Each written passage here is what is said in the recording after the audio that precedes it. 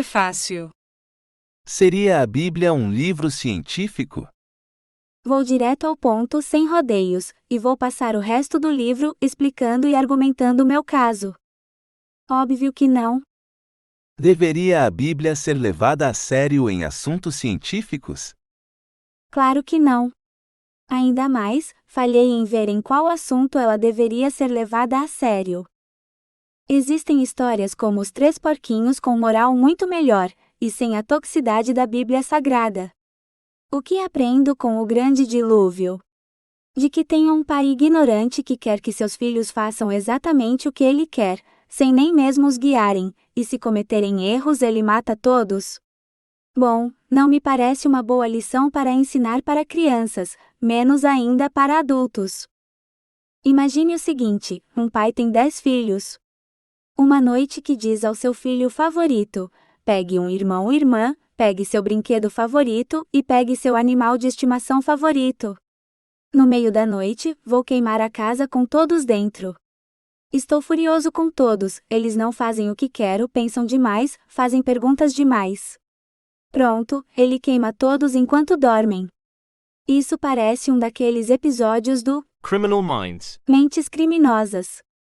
Esse pai é claramente um psicopata, narcisista e mais, e é exatamente o pai dos cristãos. Contudo, existe uma confusão grande uma vez que ela faz afirmações científicas, ou que deveriam ser submetidas ao crivo científico. O que me deixa ainda mais irritado é que muitos não percebem isso. Não tem como tratar um alcoólatra, enquanto ele negar que existe um problema.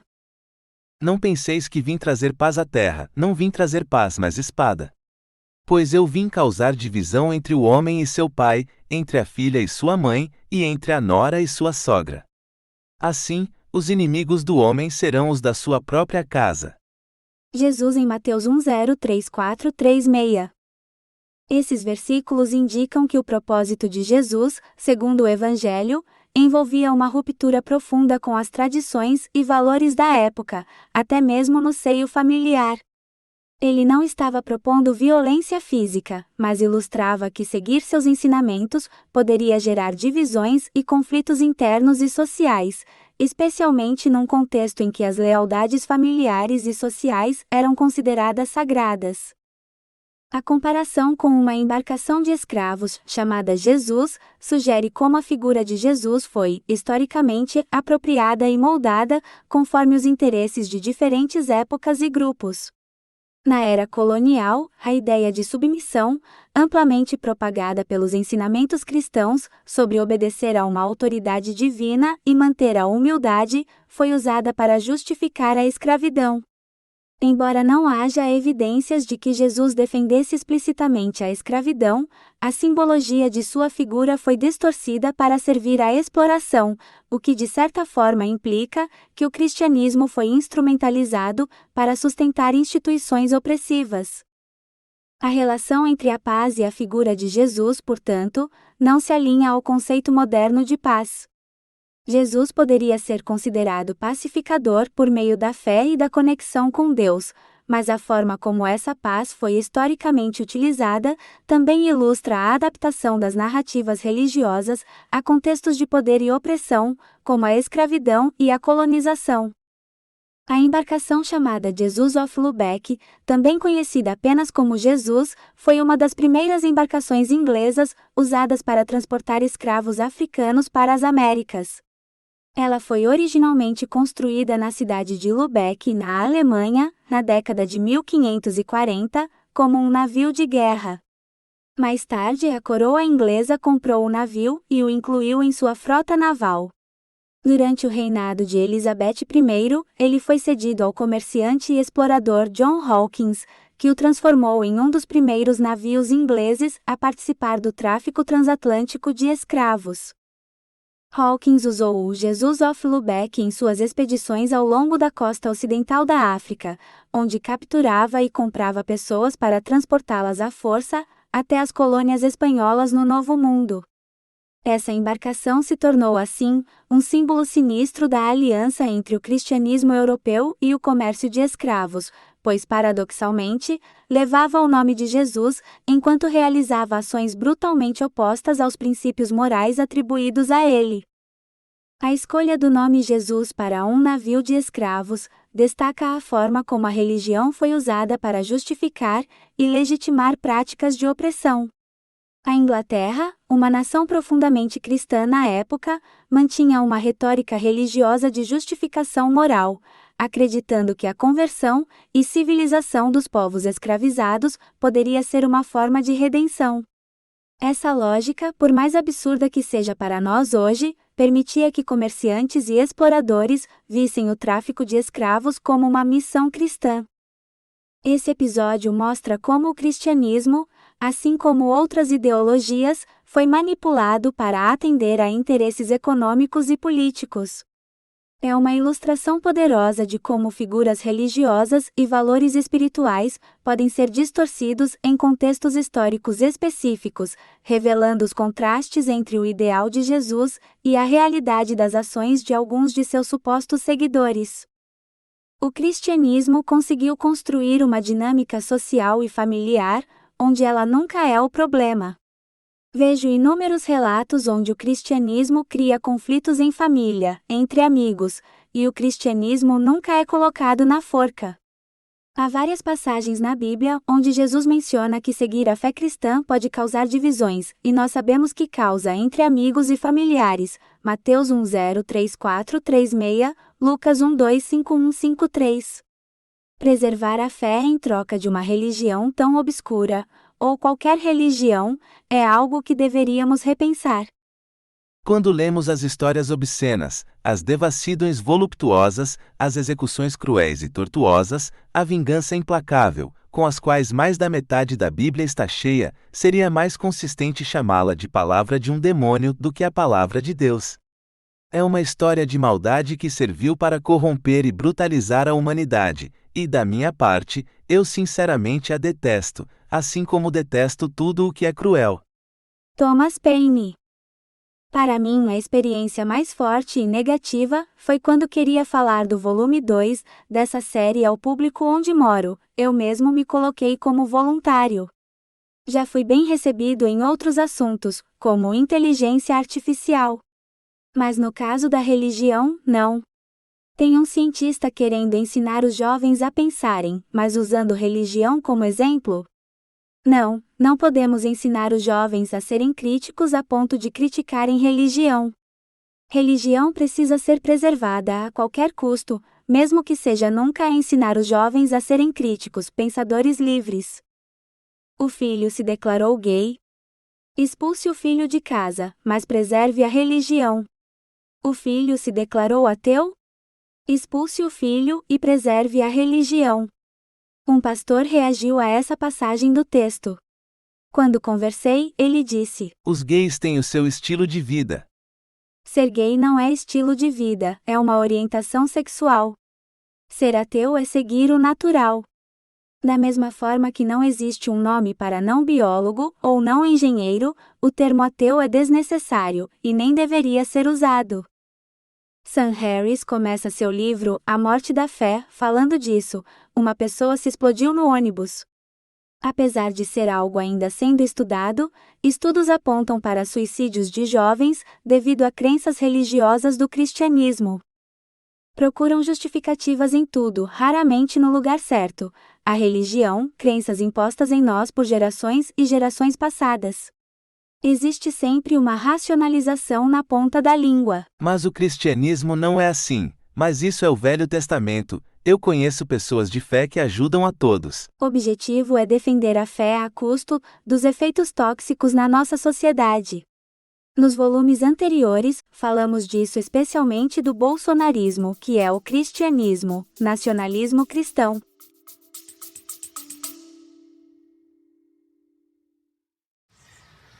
Olá a todos, nesse vídeo eu gostaria de convidar vocês a conhecer, os meus livros, são vários, mas aqui eu vou mostrar para vocês dois livros que estão impressos, para imprimir.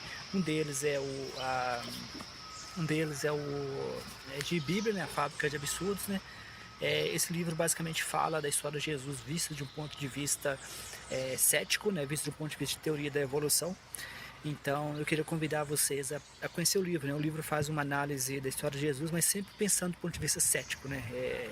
E sempre pensando do ponto de vista de que a história de Jesus foi uma história construída com um objetivo muito parecido com personagens de quadrinhos, como Wolverine, Superman. São personagens que são criados em momentos específicos da história, né? No caso do Superman, foi uma depressão nos Estados Unidos. Nós temos Jaspion, todos esses personagens que são criados por culturas como a japonesa, em momentos de dificuldade. Jesus foi muito possivelmente criado em um momento difícil no Império Romano, no qual havia muita repressão da parte do Império Romano. Então, um convite para vocês conhecerem. O segundo livro que eu queria sugerir para vocês é A Revolução Ateísta, né? A Revolução Ateísta é um livro relativamente curto, como vocês podem ver, no qual eu faço uma análise, a introdução nesse caso, né? O livro será lançado em volumes, né? Esse aqui é o volume 1, a introdução. Os outros volumes ainda não estão disponíveis, mas vocês já podem encontrar na Amazon. Então eu queria convidar vocês a conhecer o meu livro A Revolução Ateísta, a Última Minoria Silenciada. Aqueles que podem te fazer acreditar em absurdos, podem te fazer cometer atrocidades. Voltaire. A parte mais perigosa é que, se conseguirem te convencer de algo, como uma pauta política, vai contra esses ensinamentos. As pessoas estão dispostas a tudo, inclusive apoiar um torturador. Nem Trump nem Bolsonaro são exceções. O cristianismo vem apoiando torturadores por séculos. Eles são sim responsáveis pelas matanças de LGBTQIA+, seja por omissão, seja por discursos abertamente odiosos contra gays. O cristianismo coloca a pessoa em um eterno ciclo de auto-negação. João 8:29 da noite, Hebreus 11:1, 2, Coríntios 5:7, 1 Pedro 1:8-9. Isso explica esses ciclos no qual atacam tudo, menos a verdadeira causa, a religião. Nesse ciclo, colocam a fé acima de tudo, inclusive evidências no seu nariz, da toxicidade do cristianismo. Uma das habilidades mais ensinadas para pessoas não religiosas, fora do contexto religioso, no contexto profissional, é ouvir, receber comentários, críticas e incorporar essas críticas. Fazemos cursos e treinamentos para isso. Contudo, a Bíblia incentiva o oposto: ignorar o que as pessoas dizem e assumir fatos baseados em fé, somente fé, ignorar evidências quando ela desafia suas crenças. As pessoas de fé são bem vistas, e o crítico é ridicularizado. Tenha fé. Frase que ouço com frequência quando tenho dúvidas, e quero pensar mais antes de tomar qualquer decisão arriscada. Sim, estudos mostram que pessoas de fé assumem riscos desnecessários e são alvo de golpes com maior frequência, especialmente se o golpista for da mesma religião. Raramente, uma mãe deixaria sua criança sozinha com um homem, mesmo que seja conhecido, mas os casos de pastores e padres molestando crianças aparecem quase diariamente. Em qualquer ambiente saudável, isso é positivo quando pessoas ouvem as outras e mudam o curso de suas vidas, baseado em críticas e sugestões, em evidências. Mas o cristianismo nos ensina: tenha fé, mesmo quando as evidências apontam na direção oposta. Hebreus 11:1, 2 Coríntios 5:7, Tiago 1:6, Romanos 8:24 da manhã-25, João 8:29 da noite. O método científico, que estou tentando espalhar nessa série, Ciência para não cientistas, é algo crucial para ver como a Bíblia tem sido usada como livro científico sem ser colocada no mesmo rigor da ciência, mas que não me parece estar sendo ensinado ao público. Pelo menos o pensamento crítico, que pode se voltar contra a religião, deveria ser ensinado aos jovens. A falta de conhecimento do que é um livro científico e como funciona a ciência pode estar contribuindo para isso. Ver a Bíblia como um livro científico, e muitas parecem totalmente sem consciência disso. Muitas pessoas adultas não parecem saber o que é uma evidência e como a ciência funciona, o básico, mas todos sabem como rezar, ter fé. Eu abordei evidências no volume 1. O método científico valoriza a dúvida e valoriza evidências, valoriza a lógica, razão. Um dos pilares do método científico é a observação, que nos leva a formular hipóteses sobre os possíveis eventos, e testamos as hipóteses rigorosamente. Recentemente entrei em uma discussão online com um ateísta. Sim, nós ateístas somos pensadores livres e não pensamos da mesma forma.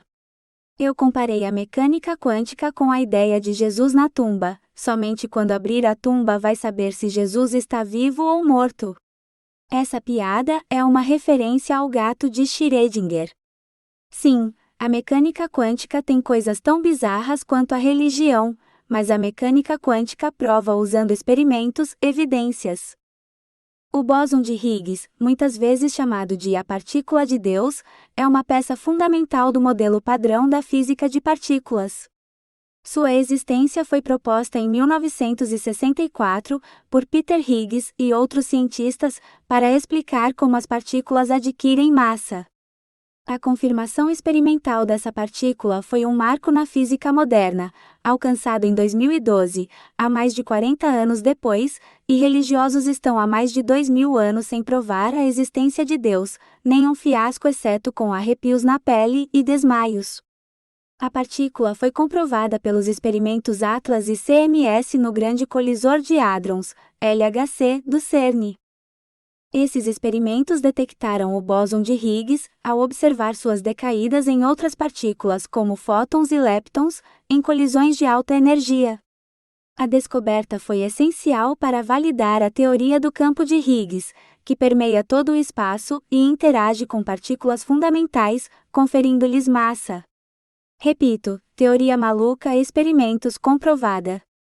Os religiosos são bem-vindos a fazerem afirmações malucas, sem problemas, mas prove.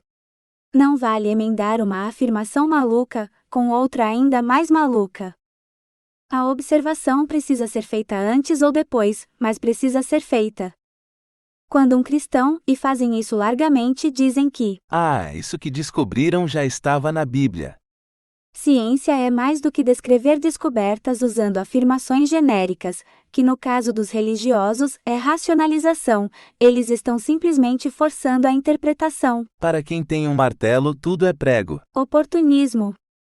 Ciência brilha nas previsões, nas extrapolações, e é por isso que fazemos ciência, para brilhar onde ainda não fomos, como em outros planetas e novas soluções para problemas mundanos. Quando Newton finalmente uniu a Terra e o universo nas leis de Newton, ele explicou fenômenos mundanos, como maçãs caindo na cabeça de pessoas tirando uma soneca debaixo de árvores, mas também explicou o movimento dos planetas. Contudo, posteriormente, ela foi usada em basicamente tudo que Newton não havia usado.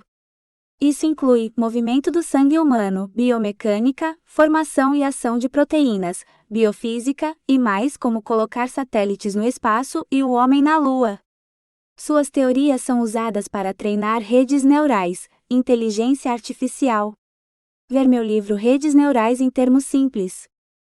Quando usamos o método dedutivo, usamos depois para confirmar nossas conclusões. O modelo passa a gerar dados, que se o modelo estiver correto, são próximos dos reais. Testamos os modelos comparando seus dados gerados com os dados reais. Então calculamos o erro, e decidimos se o erro é pequeno o suficiente. Sempre queremos os modelos com o menor valor de erro, por isso estamos constantemente revendo nossos modelos. A Bíblia propõe modelos indutivos para tudo, mas não dedutivos, como moralidade e mesmo modelos científicos que estão errados. As observações são obscuras e raramente aparecem. Quando usamos o método indutivo, usamos antes as observações. Nos dois cenários, a teoria ainda fica sobre o crivo eterno da falseabilidade, de ser rejeitada melhorada dado novas observações. A teoria da evolução usa o método indutivo, da observação massiva para a teoria. A teoria da gravidade usa o método dedutivo, primeiro a teoria, depois buscamos comprovar, e ainda estamos provando essa teoria. Mesmo para a teoria da relatividade e teoria do Big Bang. Note que a teoria da gravidade lembra muito a Bíblia em certos aspectos. Veio de um Deus, Isaac Newton, mas tem sido submetida ao crivo constante dos cientistas. Mesmo Freud, que é relativamente recente, pai da psicanálise, está constantemente sendo questionado, e já foi demonstrado errado em vários cenários. Isso é um lembrete da importância da dúvida sistemática, que a religião cristã inibe, e ridiculariza aquele que mostra dúvida e abertura para aprender fora da Bíblia. Eles, cristãos, vendem a ideia de que uma pessoa de fé é superior a pessoas que pensam e duvidam o tempo todo. A fé seria algo superior. A fé pode ser na verdade um defeito da mente, não uma vantagem. Estudos têm apontado que a fé pode ser alterada, com lesões no cérebro. Outros estudos mostram como exemplo que sentimentos como amor também sofrem variações, dependendo do tumor e mais. Tudo isso sugere que a fé, como qualquer outro sentimento humano, está sujeito ao mundo físico. Não existe nada de sobrenatural na fé. Se psicopatas podem ser identificados com imagens do cérebro, também a pessoa de fé. Claro, dado a incapacidade do cristão de se ver no espelho, ele pode dizer e não duvido, essa parte do cérebro foi colocada por Deus, seria a antena do cérebro que sintoniza com Deus, ao mover ela ou lesionar, perdemos contato com a divindade. Fé é apenas mais um dos inúmeros mecanismos que evoluíram, e tiveram alguma importância, mas perdeu o sentido. Lembremos que a evolução nem sempre evolui de forma inteligente. O babirusa, um tipo de porco selvagem, possui presas que podem crescer tanto que acabam perfurando o próprio crânio. Hoje sabemos que o sistema do medo no cérebro luta ou fuga. Fight or flight. É primitivo e deve ser ignorado. Muito provavelmente, a fé pertence ao mesmo circuito cerebral primitivo. Quanto à fé, estudos recentes sugerem que ela também está ligada a circuitos cerebrais específicos. Pesquisadores identificaram que a fé e a espiritualidade estão associadas a uma área chamada substância cinzenta central, PAG, que também está envolvida no condicionamento do medo e na modulação da dor. Isso indica que tanto a resposta ao medo quanto a fé podem compartilhar algumas bases neurobiológicas. Trocando em miúdos, o uso do medo e dor pela religião não é aleatório. Essas descobertas mostram como aspectos primitivos do nosso cérebro ainda influenciam comportamentos complexos e emoções. Repito, aspectos primitivos do nosso cérebro ainda influenciam comportamentos. Quando sente raiva, grande parte do sangue vai para as extremidades, somente relaxe. Eu gosto de ficar apertando algo, ou simular fisicamente que estou apertando algo.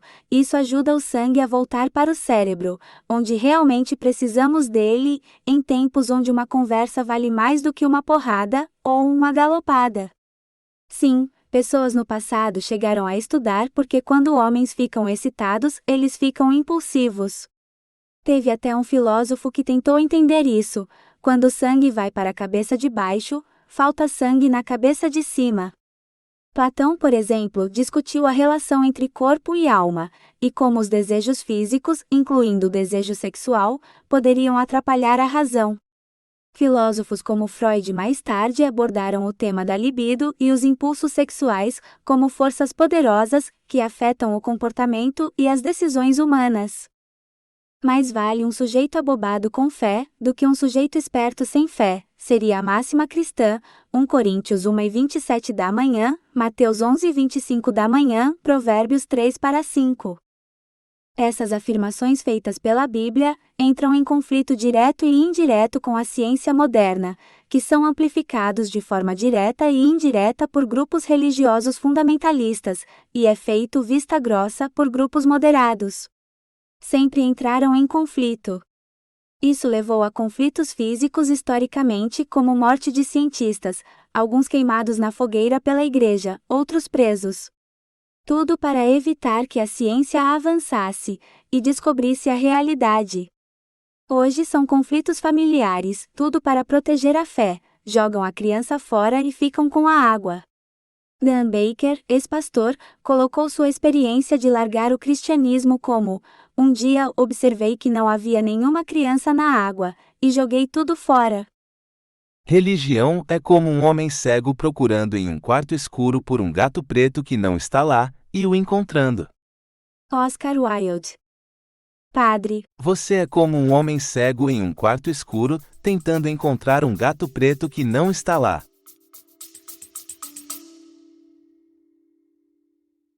Olá pessoas, aqui é a Mari. Eu estou feliz porque ganhei um livro do professor Jorge Pires. Ele é doutor, é escritor e também tem um canal aqui, no YouTube que vocês podem acessar. Vou deixar o link aqui na descrição do meu vídeo que eu vou fazer falando um pouquinho assim a respeito desse livro, porque eu acabei de receber de presente, então eu não li ainda, Porém, dá para ter uma ideia, do que fala o livro. Obviamente, só dando uma olhada assim a gente já sabe. É sobre ateísmo.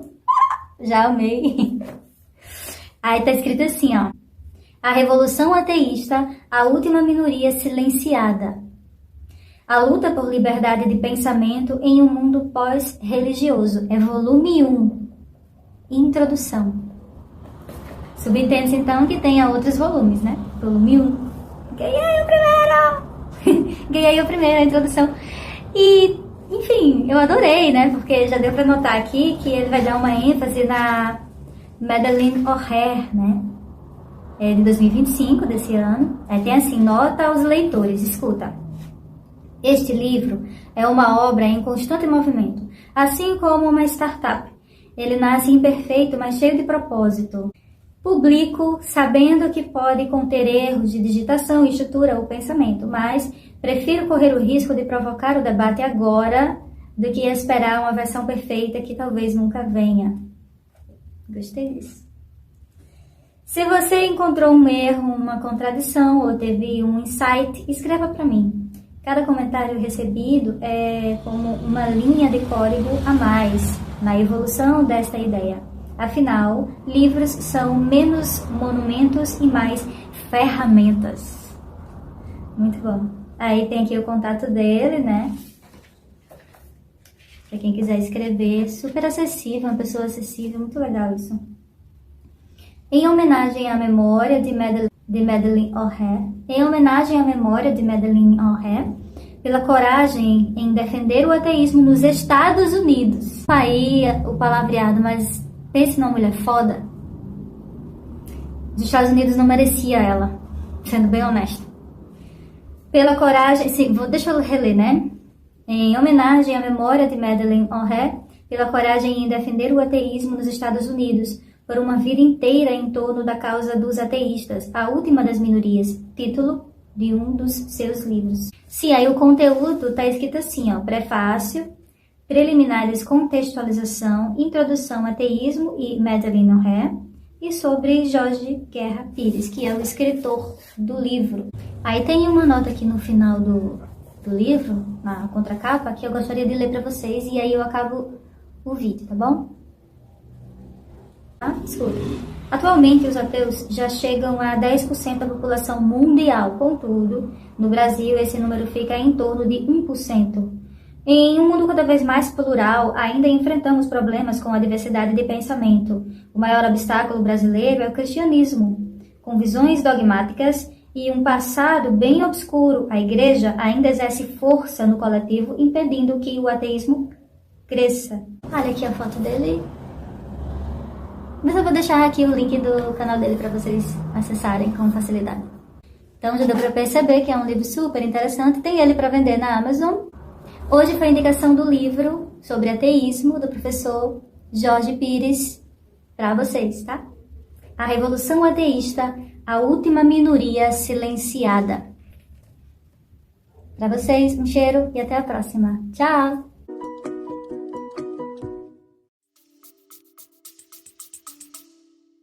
ateu. Então somos iguais. Padre, Como assim? ateu. Somos ambos homens cegos em um quarto escuro tentando encontrar um gato preto que não está lá. A única diferença é que você afirmou tê-lo encontrado. Não nego que existam religiosos que se esforçam para acabar com esse conflito, mas eles são minoria, e geralmente nunca sobem em posição de poder, ou ganham força quando conseguem ser eleitos. Os efeitos danosos da religião persistirão, como vem persistindo, mesmo havendo pessoas moderadas. Mesmo que consigamos a ideia de moderação, onde cada um poderá ter sua religião, ainda assim estaremos em risco. A primeira crise, os fundamentalistas vão sair da toca e nos levar novamente aos tempos das cavernas. O melhor momento para derrubar a religião é quando ainda estamos racionais, ainda temos comida na mesa. O pior momento vai ser quando a humanidade estiver em crise, historicamente, é quando o fundamentalismo religioso cresceu. Eu não acredito que temos como conviver com religião, mesmo sendo moderada. É um risco para todos. Os fundamentalistas estão no Congresso gastando nosso tempo e energia para discutir asneiras religiosas, como proibir casamento homoafetivo, como se isso tivesse qualquer relação com o prato de comida na mesa do brasileiro que passa fome e o governo deveria o ajudar. Nas ciências, eles gastam recursos para criarem museus com ossos de dinossauros de verdade, mas com datas modificadas para que a Bíblia seja correta e defendida. Impedem como exemplo que perguntas maduras sejam feitas, cria áreas que eles não querem que sejam investigadas, baseado em dogmas, criam conflitos entre ciência e sociedade sem necessidade alguma, conflitos artificiais, baseado em desinformação e ignorância. Disse brilhantemente Victor Araújo em trabalho de doutoramento que virou livro, A Religião Distrai os Pobres? As igrejas evangélicas, não por acaso crescem onde há ausência de Estado. O que não pode acontecer é o nosso país se tornar materialista e comunista como está acontecendo. Deputado Marco Feliciano tentando vender a ideia de ensinar criacionismo nas escolas. Nunca houve comunismo no Brasil, e menos ainda há qualquer evidência de criacionismo, seja o antídoto para o comunismo.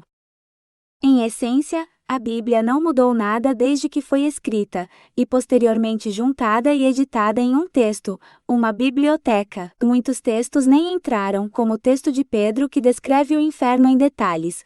Continua achando que Deus criou o mundo em 6 dias e descansou no 7º. Gênesis capítulos 1 e 2. Curioso que um Deus todo-poderoso precisa descansar, e que não devemos sentar no mesmo lugar de mulheres menstruadas devido à impureza. Levítico 3 e 19 da tarde. É fato que alguns grupos cristãos modernos ignoram o Antigo Testamento, ignorando até o fato de que é o mesmo Deus, que um completa o outro. O Novo Testamento não nega o Antigo Testamento. Jesus é Deus de acordo com a maioria dos cristãos, e Filho de acordo com outros grupos. Contudo, ainda mantém certos pontos do Velho Testamento. Mesmo o Novo Testamento é cheio de coisas sem sentido, e afirmações de caráter científico e investigativo.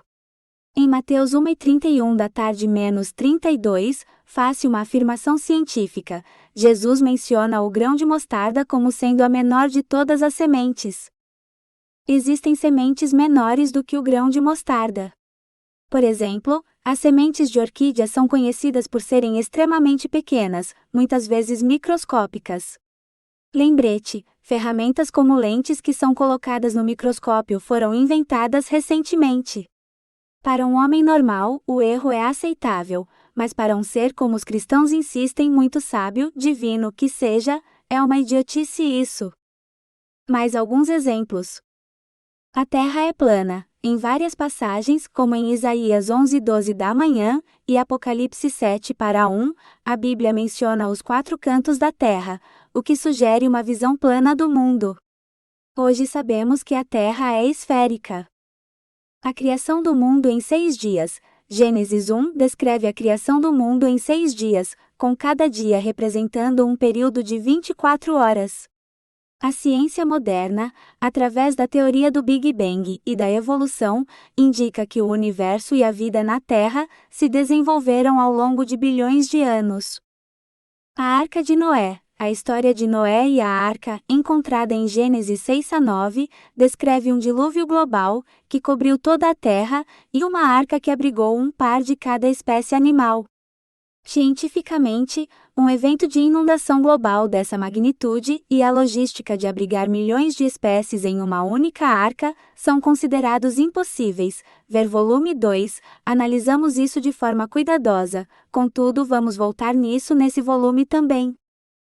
A idade da Terra. Algumas interpretações bíblicas sugerem que a Terra tem cerca de 6.000 a 10.000 anos, baseando-se nas genealogias bíblicas. No entanto, a geologia e outras ciências datam a Terra em aproximadamente 4,5 bilhões de anos. Criacionistas possuem museus com ossos de dinossauros de verdade, mas com as datas modificadas para se encaixar na Bíblia. Mesmo quando os fósseis foram descobertos, foram publicados livros que tentavam convencer as pessoas de que os restos fósseis que hoje usamos como petróleo foram colocados propositalmente por Deus. Como livro histórico até mesmo sobre a história do seu povo, ela erra. Estudos arqueológicos indicam que os camelos não foram domesticados em Canaã até o século X a.C., muito depois do período dos patriarcas bíblicos, tradicionalmente datado entre 2000 e 1600 a.C. Isso sugere que as menções a camelos nas histórias de Abraão e outros patriarcas podem ser anacronismos, inseridos por autores posteriores. No entanto, a domesticação de camelos pode ter ocorrido em outras regiões, como a Mesopotâmia, antes de se espalhar para Canaã. Essas descobertas nos convidam a entender os textos bíblicos dentro de seu contexto histórico e cultural, reconhecendo que foram escritos por pessoas que interpretavam seu passado de maneiras diferentes das abordagens modernas. Como uma criatura divina, supostamente onisciente, comete erros tão grotescos de um mundo que ele mesmo supostamente criou. A confusão da Bíblia como um livro científico, como autoridade para fazer essas afirmações sobre nossa realidade, se soma a um péssimo sistema educacional, que não valoriza a reflexão aberta sem dogmas. Eu já vi relatos online de ex-cristãos que relatam o mesmo. Mesmo os pais que valorizam uma boa educação não querem que os filhos questionem religião. Questionar religião é o passo mais provável dado o nível das afirmações que a Bíblia faz, a distância da realidade. Evidências mostram que mesmo nos tempos onde os primeiros cristãos viverão, essas afirmações já eram assustadoras e exageradas. Alguns argumentam que Paulo da Bíblia era um excelente escritor de ficção. Fica a pergunta se a Bíblia possa ter sido ensaios de ficção. Ver palestras de Richard Carrier, são várias no YouTube. Outro fator que pode levar a essa intrusão da Bíblia em assuntos científicos é a falta de interesse de cientistas em geral em fazerem divulgação científica, em falar com o público leigo. Isso não gera pontos no currículo. A comunidade científica tende a se silenciar não somente em assuntos religiosos que claramente invadem o domínio científico, mas também em outros assuntos de interesse geral, que deveriam ser de interesse dos cientistas, a divulgação. Uma pessoa online não sei a formação disse, que perda de tempo um pesquisador querer provar a existência de Deus. A questão aqui são as consequências dessa existência, e não que sabemos quais. Deus pode fazer qualquer afirmação, por mais absurda que seja, que todos acreditam. Desprovar Deus, apesar da impossibilidade lógica, deveria sim preocupar pesquisadores. São essas pessoas manipuladas por figuras que dizem falar em nome de Deus que votam, e são esses parlamentares que decidem quanto vai para a ciência, e para onde. São eles que decidem o que pode e não pode aparecer nas escolas, que influenciam o número e qualidade dos nossos pesquisadores depois. As afirmações que a Bíblia faz e é defendida por parlamentares no Congresso, que influencia o sistema educacional, são afirmações científicas e erradas. A Bíblia erra em tudo, moral e história. A Bíblia é o livro mais errático da humanidade, e mesmo assim levado a sério porque supostamente foi escrito, inspirado por Deus, e pronto, qualquer asneira vira verdade. Qualquer afirmação do funcionamento do universo, ou mesmo do funcionamento do mundo mundano, isso inclui moral, como quando tudo começou ou tamanho de sementes, é científica. Dizem-se na tentativa de esfriar o conflito, de tentar fazer chantagem emocional, muito comum no cristianismo. Ciência responde como, e religião responde por quê. Como se deixar a ciência em paz fosse um favor deles. Note que não é Umbanda, não é religião indígena, não é budismo, é cristianismo. Cristianismo é basicamente a única religião que faz esse tipo de chantagem emocional. Nesse caso, a ciência poderia responder como o universo expande, mas a religião responde por quê. A ciência responde como as espécies evoluíram, mas a religião por quê. Isso vem do constante desejo da religião de ver sentido em tudo, de atribuir forças antropomórfico em tudo, alguém com planos misteriosos. A psicologia moderna até nomeou isso, o viés cognitivo de agência, também conhecido como viés de intencionalidade, é uma tendência cognitiva que leva os seres humanos a atribuir intenções e propósitos a eventos e objetos inanimados. Quem nunca viu a carinha triste do cachorro e associou, coitadinho, ele está sentindo falta do dono. Este fenômeno tem raízes profundas na evolução humana, onde detectar agentes, como predadores ou outros humanos, era crucial para a sobrevivência. Por exemplo, ao ouvir um ruído no mato, nossos ancestrais poderiam assumir que era um predador, mesmo que fosse apenas o vento, aumentando suas chances de sobrevivência. No entanto, na vida moderna, esse viés pode resultar em interpretações errôneas e superstições, fazendo com que vejamos padrões e intenções onde não existem. Observe os pássaros. Projeto que tenho: canários da terra chegam perto de humanos como pardais. Contudo, outros como beija-flor nunca se aproximam de humanos. Essa sensibilidade a agentes pode ter sido evoluído por espécie, desde canários da terra, aos pássaros mais ariscos, como maritacas que sempre ficam em pontos bem altos. Todos sabem que gatos mudam de dono como mudam de pelo. Gatos comparados com cachorros são recentes. Muitas pessoas morriam com os cachorros ao lado. Para gatos, isso é raro. A domesticação dos cães é muito mais antiga do que de felinos. Isso não existe a necessidade de limitar a ciência somente porque religiosos estão ofendidos. Religiosos se ofendem com tudo, desde a abertura de Olimpíadas a filmes da Barbie. A ciência pode sim responder por quê quando quiser. Se uma pesquisa apontar para o porquê, que seja. Qualquer assunto é passível de investigação científica, incluindo os esquemas religiosos, para manter pessoas presas em ciclos de autoengano e enriquecimento de lideranças religiosas. Muitas dessas afirmações até foram submetidas ao crivo científico e racional, e foi demonstrado repetidamente que a Bíblia estava e está completamente errada, ou mesmo equivocada ou mesmo controversa. No passado, essas novas visões foram recebidas com pancadaria por partes dos cristãos que tinham poder de Estado, de força bruta, e continua mesmo nos tempos modernos de forma mais discreta, onde felizmente os cristãos foram tirados do Estado oficialmente, Estado laico, o Estado secular. O mais bizarro é que a violência cristã se virou contra eles mesmos. Grande parte das vertentes iniciais do cristianismo foram eliminadas na força. Os evangélicos são diversos porque são recentes, todas essa divergência nunca seria aceito antes. A Bíblia mais errou do que acertou, os acertos podem ter sido facilmente chutes. Quando uma pessoa fala um monte de asneiras, ela vai eventualmente acertar algo. Existe um truque usado no passado por corretoras. Eles enviavam e-mails para várias pessoas em grupos. Cada grupo tinha uma previsão de ações que subiriam e cairiam. Isso serve para decidir quando comprar e quando vender. Eventualmente, eles iam acertar. O grupo que obteve o acerto passariam a acreditar que a corretora tem acesso à informação privilegiada e ficam mais inclinadas a comprarem qualquer coisa da corretora, como serviços premium. Lembrete: informações privilegiadas no mercado de ações é crime.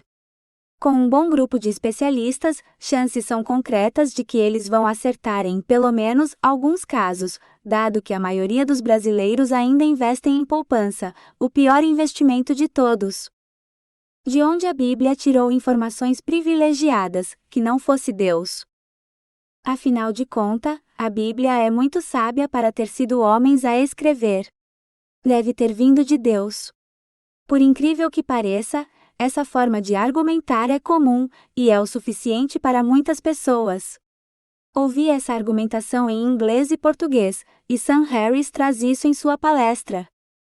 Não podemos esquecer que os cristãos viveram em um dos melhores momentos da humanidade, a Idade da Razão, ao lado de grandes pensadores, de grandes filósofos, que, diferente do sistema moderno onde conhecimento foi roubado por casas de publicação e universidades de elite, ensinavam-se nas ruas, nos bares. Similar ao que está ocorrendo depois da internet, do YouTube. A Bíblia parece um compilado de conhecimento, que eles estavam coletando para seu povo. Contudo, alguém teve a brilhante ideia de colocar Deus no meio, para garantir que o conhecimento seria passado, e parece ter funcionado, pelo menos a curto prazo. O tiro saiu pela culatra, as pessoas não querem ler outros livros, exceto o único enviado por Deus. Mesmo hoje, é complicado convencer gerações e gerações a lerem livros, imagine naqueles tempos. Muitos argumentam que os deuses da época eram muito mais inteligentes do que o Deus de Abraão, que é uma figura bem tosca quando lê a Bíblia. O que ocorreu com Apolo e todos os deuses gregos então? Virou museu porque os gregos evoluíram e criaram a ciência moderna, pararam de idolatrar Deus para dar lugar a grandes pensadores que criaram a ciência moderna. Mesmo os deuses gregos e mitologia grega são largamente ensinadas e usadas sem idolatração. No entanto, uma mistura de ignorância reforçada pela Bíblia, João 8:29 da noite, e um péssimo sistema educacional no Brasil, somado com um desinteresse da comunidade científica em participar dos debates públicos, torna o livro erroneamente científico, sem competidores.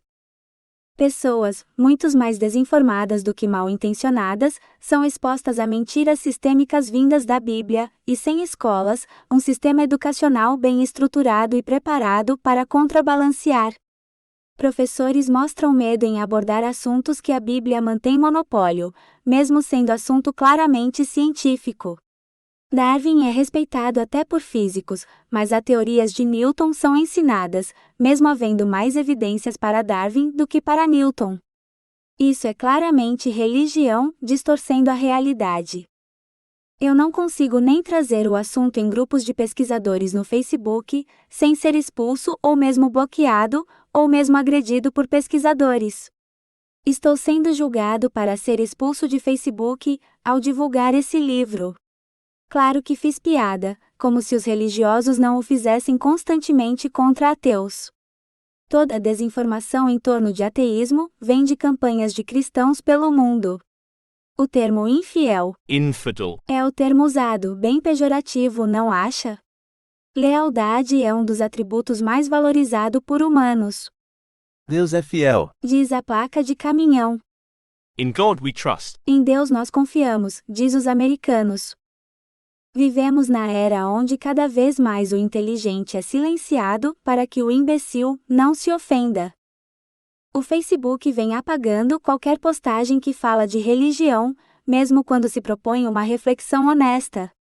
Eu sei da complexidade que o Facebook enfrenta, de moderar conteúdos, sem disparar os custos.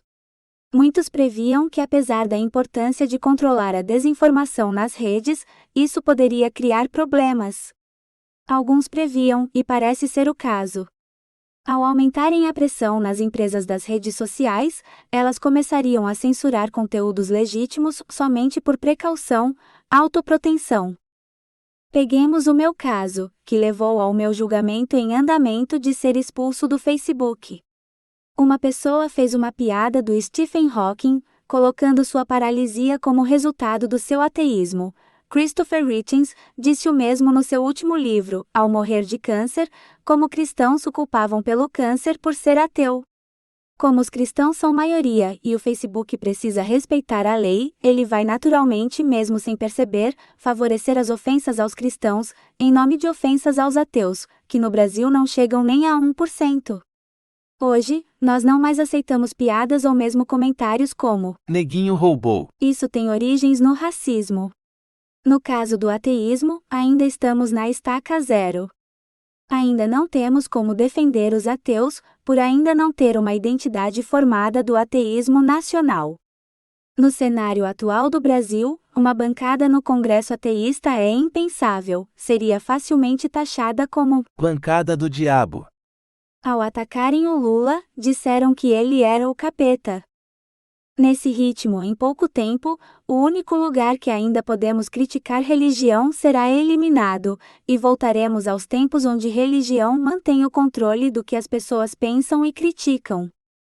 Religião não pode ficar sem ser criticada, ela não tem mecanismos internos para autocrítica, para julgar abusos ou para se ajustar. Se religião fosse um carro, seria um carro sem volante e sem freio. Cristãos não conseguem nem aceitar sem racionalizar que afogar seus filhos por não fazerem o que os pais querem é louco. Eu acredito que qualquer humano, exceto psicopatas, ficaram tristes com a notícia. Onça Gaia, animal monitorado por ONG há 10 anos, morre em queimada no Pantanal. Mas revertemos essa notícia para Onça Gaia, animal monitorado por ONG há 10 anos, morre por desejo de Deus. Fica tudo ok. Deus matou vários animais inocentes no grande dilúvio, e nos fogos que a Bíblia tanto fala que foram causados por ele. Gênesis 6-7, Gênesis 7:21 da manhã, Gênesis 7:24 da noite -25. No grande dia, arrebatamento, o mundo acabará. Eles deixarão amigos e até parentes para trás. 1 Tessalonicenses 4:17 da manhã, Mateus 00:30, 1 Tessalonicenses 4:16 da manhã. Eu acho que na verdade nunca pararam para pensar nisso, ou na ideia geral do cristianismo. E se eles não conseguirem converter todos a tempo? Jesus pode voltar a qualquer momento. Internamente fico rindo ao ouvir os cristãos justificando o grande dilúvio, como se Deus tivesse qualquer razão para matar não somente pessoas inocentes como bebês nas barrigas das mães, como animais inocentes. Sim, eu geralmente apresento isso, mas eles continuam justificando para garantir que Deus sempre será o herói da história.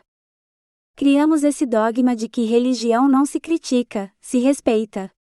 Como destaca Sam Harris, nem mesmo podemos comparar religiões e notar o óbvio: budismo é superior ao cristianismo em basicamente tudo.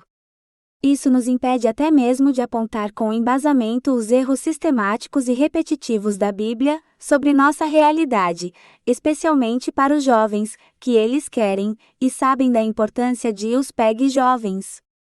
Como destaca Oswaldo Luiz Ribeiro, não conseguimos nem apontar que a maior parte das Bíblias foram mal traduzidas propositalmente, para serem usadas em igrejas evangélicas.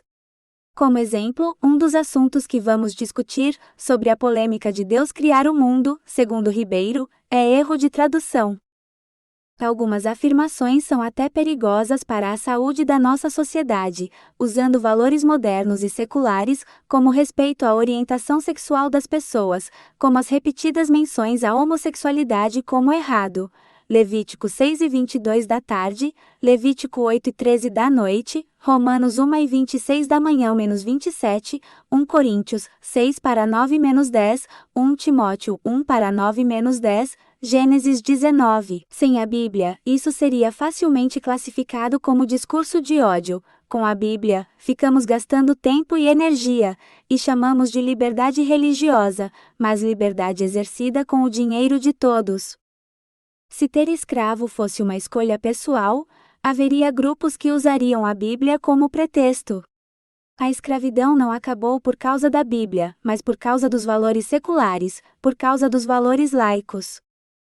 Se alguém ferir a seu servo ou a sua serva com pau, e este morrer debaixo da sua mão, certamente será castigado, mas se sobreviver 1 ou 2 dias, não será castigado, porque é dinheiro seu. Sim, estamos falando de um humano tratado como objeto. Êxodo 9:20 da noite -21, Almeida atualizada. Se a escravidão fosse uma escolha pessoal, é possível que muitos utilizassem a Bíblia como justificativa, como fizeram no passado. No entanto, a abolição da escravidão não ocorreu devido a uma interpretação bíblica, mas graças à pressão de valores seculares, fundados no respeito à dignidade humana e na evolução das ideias de liberdade e igualdade. A Bíblia, de fato, contém passagens que podem ser usadas para justificar a escravidão, como em Êxodo 9:20 da noite -21, onde o texto descreve punições desproporcionais para aqueles que ferem seus servos, tratando-os literalmente como propriedade, sem qualquer reconhecimento pleno de sua humanidade. A aceitação dessa visão desumana persistiu até que as correntes do pensamento secular, baseadas em direitos humanos universais e em uma moral mais ampla, se impusessem sobre as antigas interpretações religiosas. Assim foi o advento de valores laicos, com foco na liberdade e na igualdade de todos os seres humanos, que em última instância resultou na abolição da escravidão, não as palavras contidas nas Escrituras.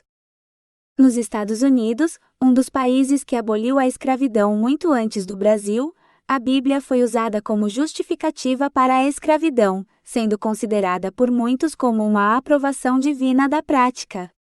Durante o período da Guerra Civil e da luta pelos direitos civis, a Bíblia se tornou uma ferramenta de argumentação para os defensores da escravidão, especialmente no sul do país. Esses defensores acreditavam que a escravidão era uma instituição sancionada por Deus, usando versículos do Antigo Testamento para apoiar suas opiniões.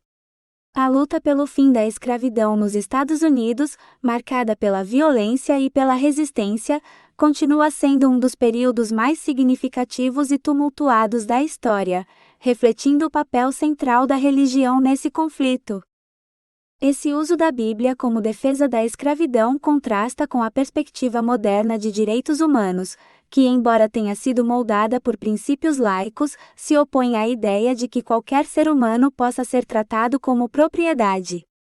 A influência da Bíblia no debate sobre a escravidão foi uma das muitas facetas de um complexo cenário sociopolítico e econômico, onde as interpretações religiosas se entrelaçaram com interesses econômicos e raciais, criando um campo de batalha ideológico que perdurou por décadas.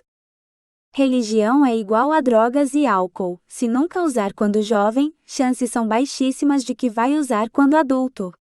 Fé, similar a álcool e drogas, vicia o cérebro ainda jovem, em desenvolvimento até em torno de 25 anos, que depois possui mais dificuldades de se livrar da tentação e sensação de escapar da realidade com autoengano.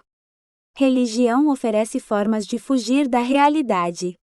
Um dos mecanismos mais conhecidos é dissonância cognitiva. Dissonância cognitiva não depende de religião. Políticos fazem isso o tempo todo. Eu sempre me perguntei como políticos dormem à noite. Aí está a resposta: dissonância cognitiva. Dissonância cognitiva é como o cérebro mantém visões totalmente contraditórias e consegue funcionar normalmente. Racionalização é como o fedor de cachorro molhado em religiosos, fica evidente quando começam a falar. Parece que de tanto usarem fé em tudo, começam a achar normal isso, como exemplo quando defendem Deus ter matado todos no dilúvio, mesmo quando questionam sobre as crianças e animais inocentes. Racionalização, ver volume 1 e 2, é um mecanismo forte onde pessoas arrumam formas de se convencerem de ideias, com o objetivo de defender algo prefixado, no caso da religião, os atributos de Deus, como a benevolência, perfeição e sabedoria. A racionalização trabalha ligando atos opostos a valores opostos. Como exemplo, ao ser questionado sobre o dilúvio, o cristão pode dizer: as pessoas eram corruptas. Ok, o que o Brasil ainda faz de pé? E os Estados Unidos? Nunca podemos esquecer que fomos criados por um Deus perfeito, à sua imagem. Ele é sim responsável por nossos erros, inclusive, o que o levou a destruir todos. Eu tive um evento cancelado onde ia falar do meu livro em um centro cultural onde moro. O livro Critica a Religião, volume 2 dessa série. Tema sensível. Foi o máximo que consegui, quando questionei sobre o motivo, mesmo depois que já tínhamos até divulgado o evento publicamente. O professor que ia participar, e depois migramos para o YouTube, me disse que recebeu uma chamada telefônica para não participar nem no YouTube. Diria de alguém importante dentro da instituição. Ele ensina em um colégio católico, onde eu estudei, e temendo perder o emprego, cancelou até mesmo a participação online, fora das cercas físicas cristãs. O professor que ia me permitir usar seu horário me disse que foi agredido por alunos ao trazer o assunto na sala de aula.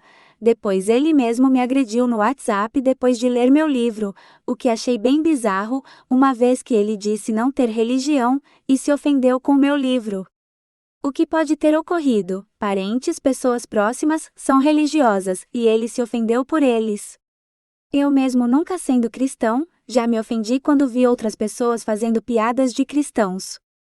Isso mostra o poder do cristianismo na sociedade, de adestramento. Mesmo quem não pratica se submete e defende. Isso mostra o tamanho do estrago mental coletivo que o cristianismo já causou, como causou o racismo, machismo e mais.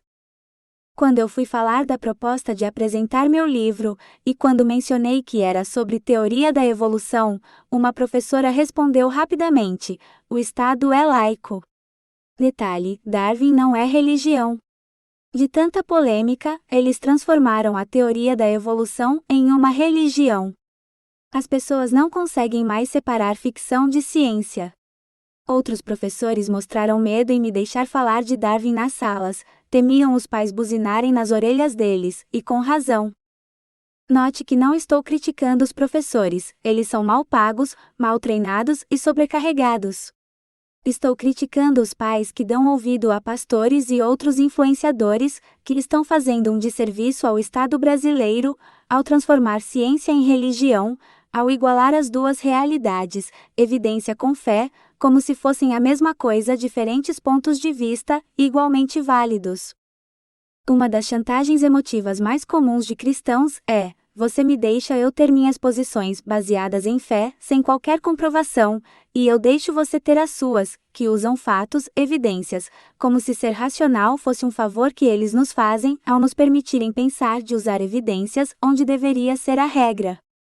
Isso mostra um poder que eles ainda não abandonaram, ainda não caiu a ficha que religião não tem poder mais, com exceção de serem hipócritas. Felizmente, religião não tem mais poder de Estado, de polícia.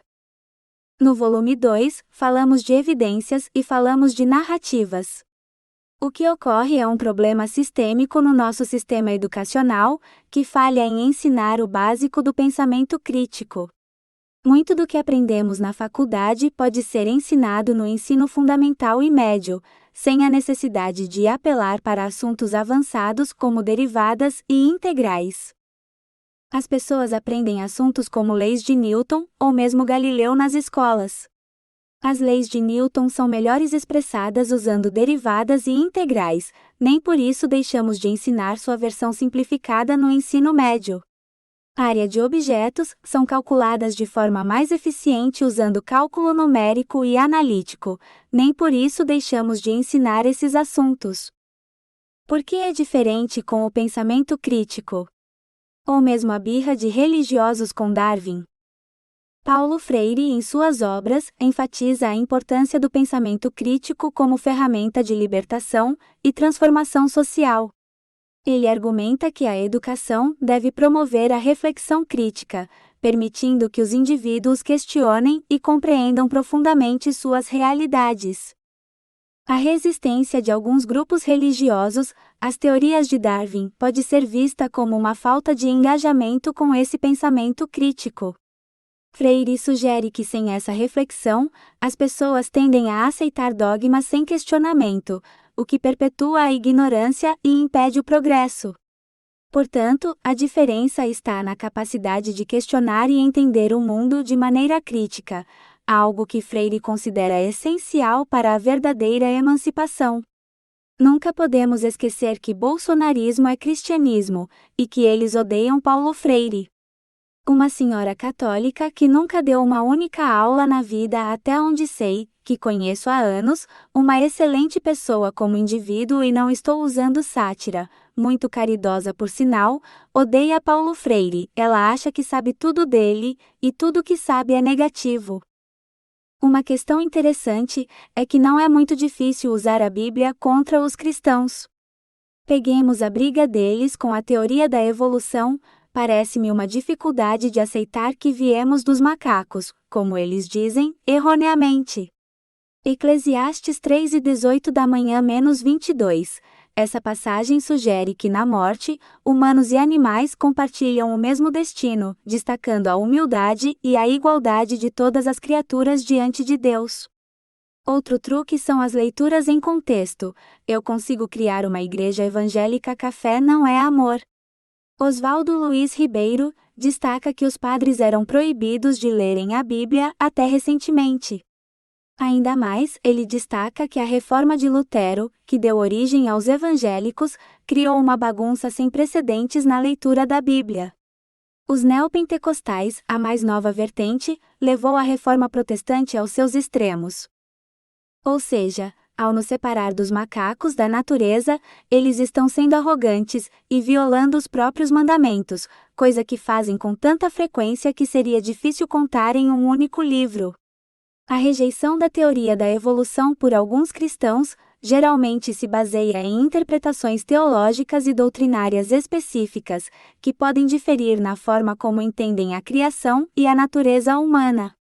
A teoria da evolução propõe que os humanos e os macacos compartilham um ancestral comum, o que é uma questão científica, enquanto a passagem de Eclesiastes aborda uma perspectiva filosófica e espiritual sobre a vida e a morte. Lembremos que o objetivo dessa obra é deixar claro a separação entre ciência e Bíblia. Por mais que alguns cristãos, que são a minoria ao meu ver, tenham essa separação clara na mente, a maioria são pessoas que não conseguem fazer essa separação claramente. Isso é piorado por lideranças religiosas com impacto, que continuam aumentando esse conflito. A teoria da evolução proposta por Charles Darwin no século XIX é uma das mais bem fundamentadas e amplamente aceitas teorias científicas. As evidências que sustentam essa teoria são vastas e variadas, abrangendo múltiplas disciplinas científicas, e suas aplicações envolvem campos tão variados quanto ciência da computação, na resolução de problemas complexos. Uma das principais fontes de evidências são os registros fósseis, que mostram uma progressão clara e consistente de formas de vida ao longo de milhões de anos. Esses fósseis documentam a transição gradual de espécies antigas para espécies modernas, fornecendo um testemunho tangível da evolução ao longo do tempo. Contudo, pessoas podem confundir. Nos Estados Unidos, existem organizações religiosas financiando, e eles têm dinheiro para isso, museus que colocam homens e dinossauros ao lado. As datas dos fósseis são alteradas para ficarem dentro da cronologia bíblica. Para quem vê, isso parece autêntico, mas não é. Homens e dinossauros nunca viveram juntos. O Templeton Prize, o Nobel da Religião, é 3 vezes mais do que o Nobel de Ciência. Estão pagando pessoas para participarem de eventos científicos, tudo pago, e falarem bem de religião. Onde arrumam tanto dinheiro, mesmo sendo escasso para a ciência? Infelizmente, religião é o maior esquema do mundo. Se procurar na internet, vai ver algumas bizarrices. O Livro de Mórmon estabelece novo recorde como o manuscrito mais caro já vendido. O Prêmio Templeton, estabelecido em 1972 pela Fundação John Templeton, é concedido anualmente a indivíduos que fizeram contribuições excepcionais para a afirmação da dimensão espiritual da vida. O valor do prêmio é ajustado para ser maior que o do Prêmio Nobel, refletindo a visão de Sir John Templeton de que a espiritualidade é frequentemente negligenciada. O que discordo completamente, como ocorre com a mineração no Brasil, uma pessoa me disse: a mineração é muito mal vista. Detalhe, ele trabalha em uma empresa de mineração. A fundação, sediada nos Estados Unidos, financia o prêmio e outras iniciativas, através de doações e investimentos filantrópicos. Entre os laureados estão figuras como Madre Teresa de Calcutá, Marcelo Gleiser e o Dalai Lama. A crítica de que o prêmio é usado para promover a religião em eventos científicos não é nova. Richard Dawkins, por exemplo, argumenta que o prêmio é frequentemente concedido a cientistas dispostos a falar positivamente sobre religião. No entanto, defensores do prêmio como o físico brasileiro Marcelo Gleiser, vencedor de 2019, acreditam que ciência e espiritualidade podem coexistir e se complementar. Eu acho isso sem sentido e perigoso. Eu vejo inúmeros estudos que misturam espiritualidade com ciência, mas eles respeitam a ciência. Como exemplo, Daniel Goleman é famoso por ter estudado budistas em meditação, e muitos estudos também sugerem a relação entre meditação diária e benefícios ao cérebro. Contudo, nenhum deles que eu tenha conhecimento faz promessas milagrosas, como pastores prometendo curar pedofilia. Sim, existem charlatões usando o budismo e até o estoicismo, contudo, isso é uso abusivo. No caso do cristianismo, o não uso de evidências é a regra e fortemente encorajado. Contudo, esses estudos não dizem nada de sobrenatural. A monja Cohen disse em um dos seus vídeos: Se precisa tomar seu remedinho, tome. Oração não funciona como inúmeros experimentos mostraram, e nada muda a ideia dos cristãos. Meditação promete melhorias internas, não externas. Diferente dos budistas que em geral aceitam os resultados, os cristãos em geral rejeitam e arrumam uma desculpa. Mas Deus somente trabalha quando sabe que é para valer. Ah, isso não vale, Deus é transcendente. O financiamento para o Prêmio Templeton e outras iniciativas da Fundação provém de investimentos estratégicos e doações, permitindo que continuem a apoiar projetos que exploram as grandes questões da existência humana. Vale nota que pessoas gastaram dinheiro, aparentemente privado, por 7 anos para provarem que a Terra é plana, mesmo com tantas evidências de que ela não é. Além dos fósseis, a anatomia comparada também oferece fortes evidências para a evolução. Estruturas semelhantes em diferentes espécies, conhecidas como homólogas, indicam um ancestral comum. Por exemplo, os ossos das asas de morcegos, as nadadeiras de baleias e os braços humanos têm uma estrutura óssea semelhante, sugerindo que essas espécies divergiram de um antepassado comum.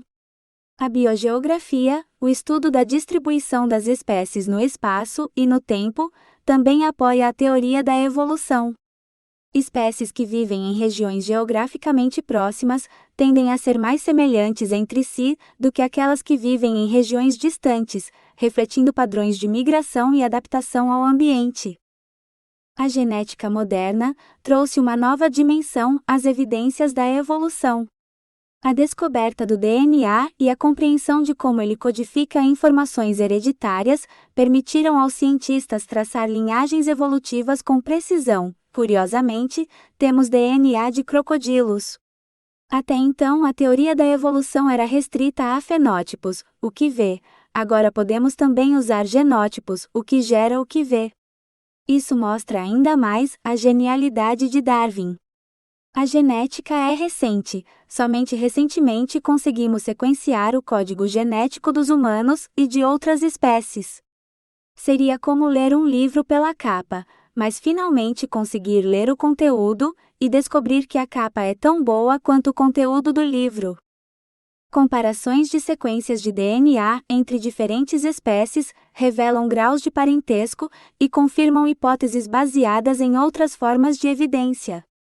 Além disso, observações diretas de mudanças evolutivas em populações contemporâneas, como a resistência a antibióticos em bactérias, demonstram que a evolução é um processo contínuo e observável. Quando vejo cristãos sendo submetidos a essas perguntas, as respostas tendem a variar. Isso se baseia em experiências de primeira mão ou debates online que tenho acompanhado. Um grupo de cristãos claramente com baixa escolaridade acreditam que a Bíblia está acima da ciência. Um grupo significativo de cristãos nos Estados Unidos, especialmente aqueles com menor nível de escolaridade, continua a acreditar que a Bíblia é a palavra literal de Deus, acima de qualquer evidência científica.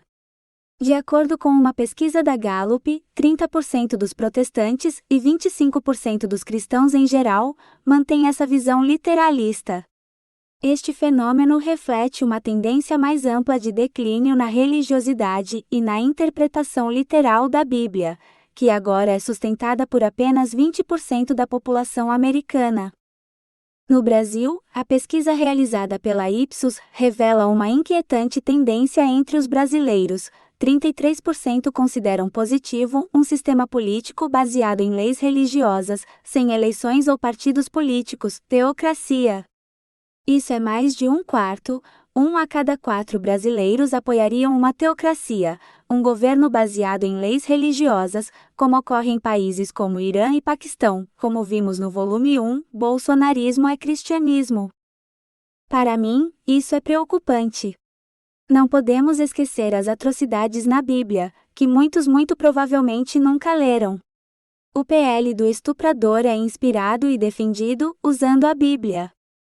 Benjamin Netanyahu, primeiro-ministro de Israel, usou o Antigo Testamento, a parte mais cruel da Bíblia, para justificar sua matança em Gaza, e agora ataques ao Líbano. Ele sempre usou termos religiosos como povo de Deus ou povo da luz, ou o mal, ao se referir ao outro lado da guerra.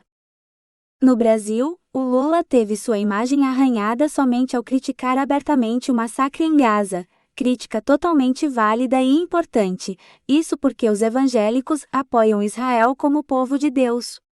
Lula fez a mesma crítica à Ucrânia, nesse caso uma besteira sem contexto, contudo, ninguém falou nada, passou desapercebido.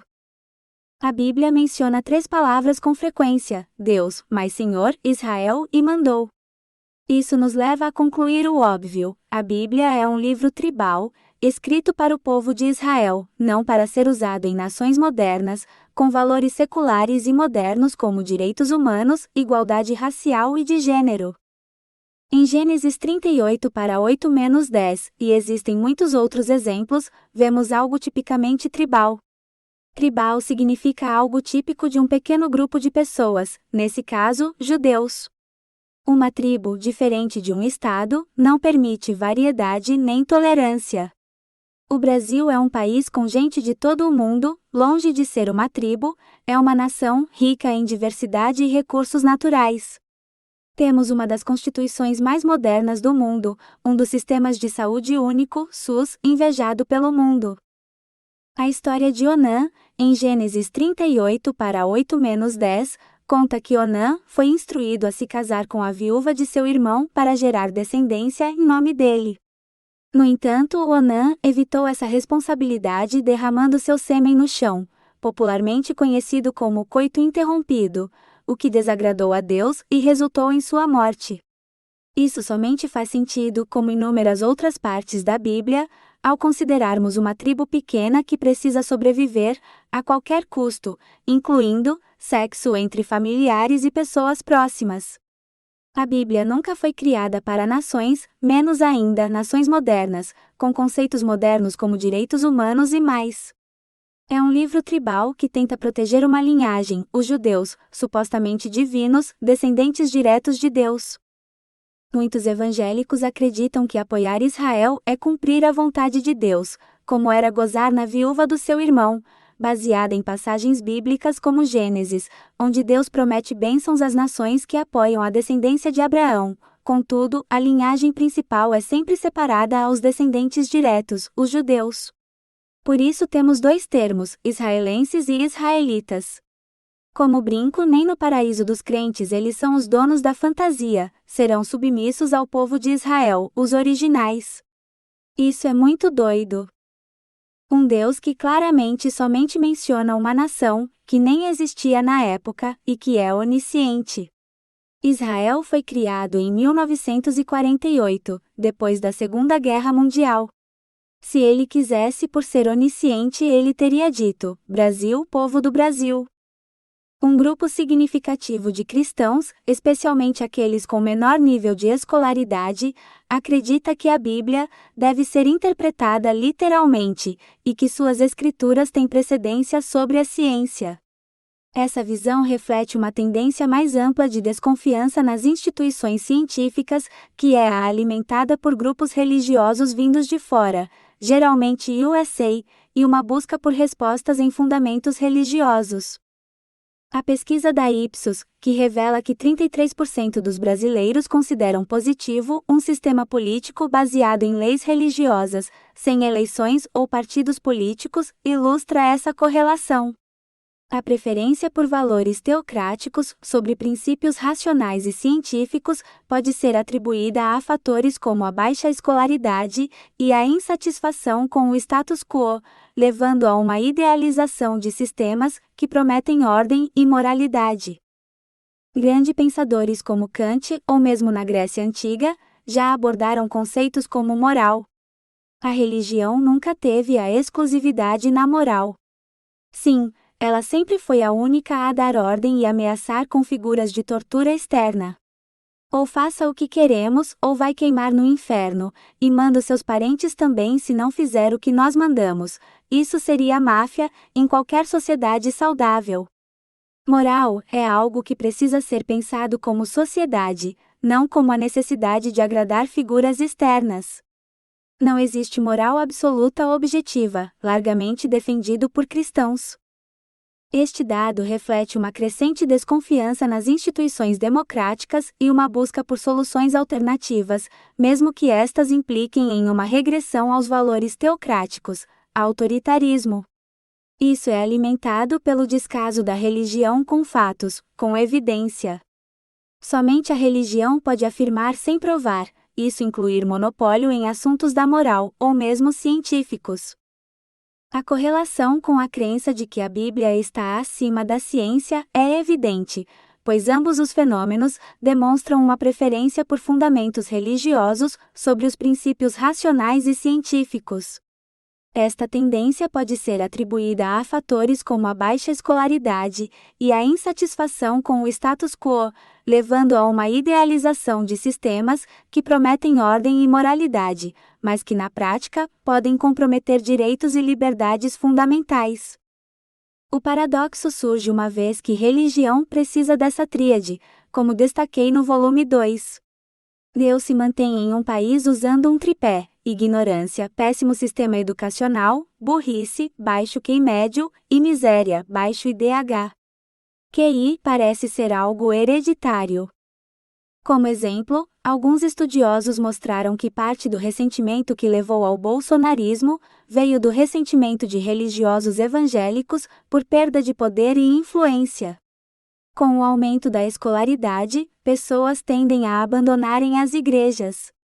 Um estudo sugere que as chances sobem para 70% de pessoas abandonarem a igreja ao entrarem na faculdade. Muitos dos textos bíblicos não foram assinados pelos seus autores originais, ninguém sabe quem realmente escreveu e por quê, em qual contexto e mais. Existem textos com escritas totalmente aleatórias. Oswaldo Luiz Ribeiro argumenta que era bem comum pessoas escreverem usando o nome de outros quando a Bíblia foi supostamente escrita, uma prática conhecida como pseudonímia, algo muito raro nos tempos modernos. Ele vai além, segundo ele, somente o Antigo Testamento pode ter sido realmente escrito dentro do que acreditamos, o Novo Testamento pode ter sido totalmente criado. Também ele argumenta que a Bíblia não foi escrita para ser lida. A diferença entre textos para ler como esse livro e falas orais com um bate-papo não existia. A Bíblia é uma tentativa de colocar em papel algo que era falado. O discurso de Estevão, encontrado em Atos 7, é um bom exemplo.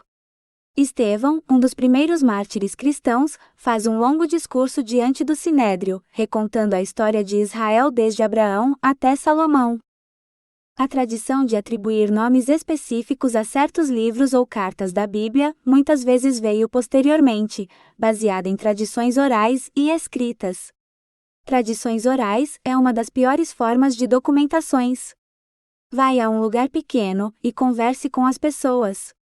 Onde eu moro, tem uma história de uma cobra preta com a cruz na cabeça. Muito provavelmente é a Urutu, mas exageraram totalmente, como a cobra da morte. Quando criança ouvia as histórias totalmente exageradas. Muitos insistem que cobras têm vontade, que perseguem pessoas, como se fossem cachorros com faro. Muitas cobras têm mais medo de humanos do que humanos delas. Isso surge da ignorância. Depois que comecei a estudar cobras, não tenho medo mais. Eu as acho animais lindos com suas cores e mais especialmente as não venenosas, e são muitas não venenosas. Por exemplo, os evangelhos do Novo Testamento são tradicionalmente atribuídos a Mateus, Marcos, Lucas e João, mas os textos em si não contêm assinaturas explícitas desses autores. Inicialmente pensei em um livro longo ao escrever esse livro, mas vou manter o livro curto. O objetivo é gerar a dúvida, e talvez vou atualizando com o tempo por ser um livro eletrônico. Não faltam exemplos, não são exceções o que apresento, menos ainda erros pontuais. A Bíblia é um erro sistêmico de ciência, moralidade e visões de mundo tribais e arcaicas. Para uma figura onisciente, é um péssimo escritor. Para uma figura onisciente, escolheu a pior forma de comunicação, a escrita em linguagem morta, sem a possibilidade de atualização, sem os originais, nem mesmo sem as testemunhas em primeira mão das conversas que supostamente seriam as conversas mais importantes da humanidade, vindas de Deus diretamente. Boa leitura. Jorge Guerra Pires. Ouro Preto, 2024.